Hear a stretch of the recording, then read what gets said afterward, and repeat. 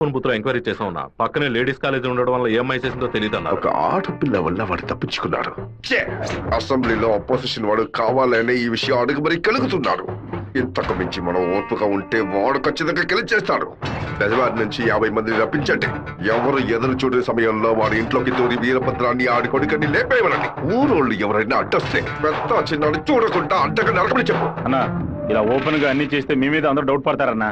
మన వాళ్ళని పక్క నుండి ఉసిగొల్పమనం. రాత్రి సరిగా 10:30కి ఈబీ వాళ్ళతో చెప్పి పులివెందుల్లో కరెంట్ కట్ చేయమనం. ఆ టైంలో ఎవరు ఫోన్ చేసినా చుట్టుపక్కల ఏ పోలీస్ స్టేషన్ లో ఫోన్ తీయకూడదు. ఆ కొత్త డ్రైవర్కి చెమట్లు పట్టాయంట్రా. వీరభద్ర మీద ప్రేమతోనా? వాడు ఏ ఊరోడో ఎవడు ఇక్కడ పంపించాడో పంపిన వారికి వీరభద్రుడికి సంబంధం ఏంటో ఎంక్వైరీ చేయి.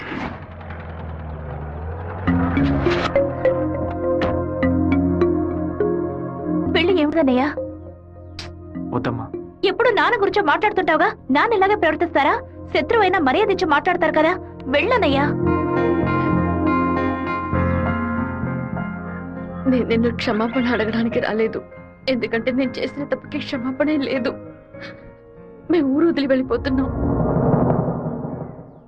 నేను మీ నాన్నకి విషం పెట్టింది ఎంత నిజమో, నేను ప్రేమించింది కూడా అంతే నిజం. దయచేసి నా ప్రేమని మాత్రం అనుమానించొద్దు.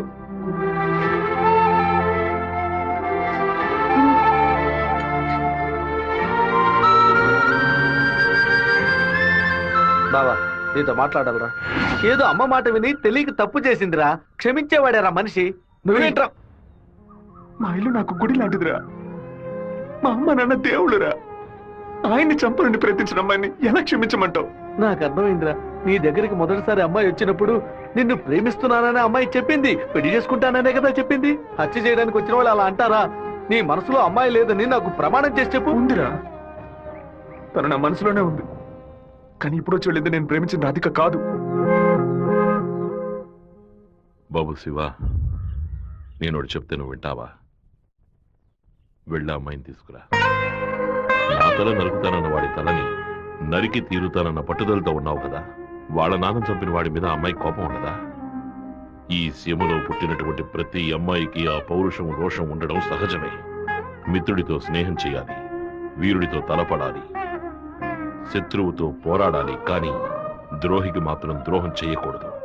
ఆ రోజు కోడిని కోయిపోతున్నామని తెలిసి తట్టుకోలేక తలడిల్లిపోయిందే, అదే తన నిజమైన గుణం. నాకు కూడా ముందా పిల్ల మీద కోపం వచ్చింది. కానీ ఓ కుటుంబం పుట్టిన గడ్డ వదిలి వెళ్తోందంటే అది సగం ప్రాణంతోనే వెళ్తుంది. మిగిలిన ప్రాణం మనం తీసామనే పాపం వద్దు నాన్న. వెళ్ళి అమ్మాయిని తీసుకురారా. నా ప్రేమే దొరికిందా నీకు? ప్రేమించినట్టు నటించమంటే చీయను మొహం మీద ఉమ్మేస్తుంది.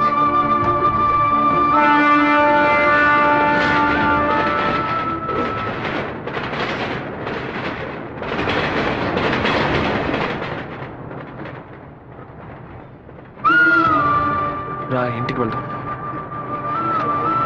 నాన్న తీసుకురమ్మన్నారు. రా, ఇంటికి వెళ్దాం. నేను రాను. ఏంటి ఎప్పుడు చూసినా తప్పు నిర్ణయాలు తీసుకున్నా. ఇందుకే నన్ను ఇలా చంపుతున్నావు. నువ్వు లేకుండా నేను బతకలేనే.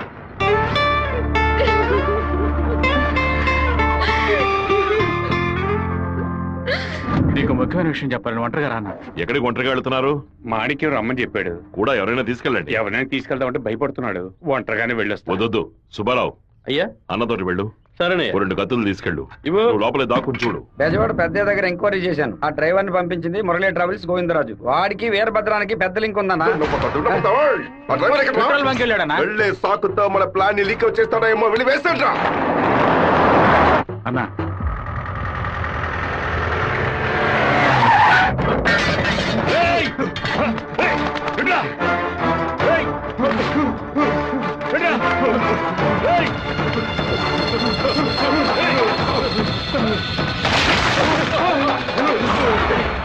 జీతం తీసుకునేది మాయి గారి దగ్గర, పనిచేసేది వీరభద్రానిక.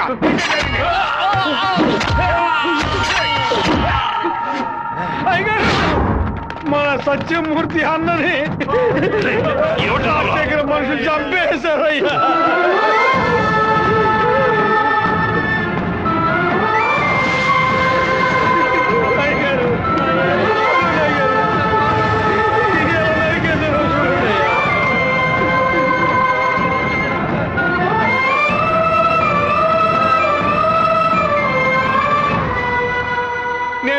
తీసుకొని నరికేసి ఉండేవాడినయ్యా.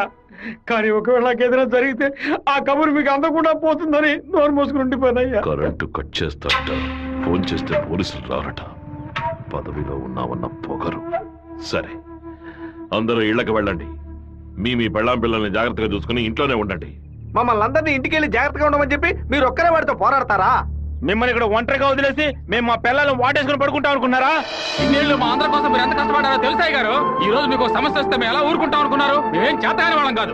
ఒకడు మీ ఇంట్లోకి దూరి మీ మీద చెయ్యేశాడంటే అదంతా మేము సత్యాగా జరుగుతుందయ్యా. శివ, సచిమూర్తి అన్నింటికి పోలీసులు ఎంక్వైరీకి వచ్చారంట. ఎంతమంది వచ్చినా సరే ఒక్కళ్ళు కూడా వదిలిపెట్టాం. నరికి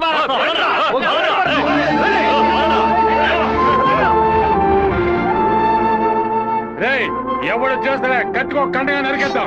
మీ వీధిలోకే కాదయ్యా, ఈ వీధిలోకి ఎవరు వచ్చేస్తారే నరికి పోగులు పెట్టేస్తాం. అన్న, బెజవాడ నుంచి వచ్చిన వాళ్ళు రాత్రి 10:30కి సరిగ్గా మన ఊరు పొలిమేరకు రాగానే మనకు ఫోన్ చేస్తారు. మనం సిగ్నల్ ఇస్తే చాలన్నా. ఆ వీరభద్రం చేస్తే పులివెందుల వాళ్ళు మన్ని వెతుకుంటూ వస్తారు. నేను గవర్నమెంట్ గెస్ట్ హౌస్ లో ఉంటాను. సరే. మీరు ఆ సత్రంలో ఉండి పని పూర్తయిన తర్వాత రండి, కలిసి హైదరాబాద్ సరే. వద్దాం. ఓకేనా? ఇన్ని రోజులు ప్రతి ఒక్క కత్తి వెనక రక్తం మాత్రమే ఉంటుందనుకున్నాను. కానీ ఇంత పెద్ద పోరాటమే ఉంటుందని ఇప్పుడే నాకు అర్థమైంది. నేను వెయిట్ చేస్తుంటాను, తిరిగి వచ్చేంత వరకు వెయిట్ చేస్తుంటాను.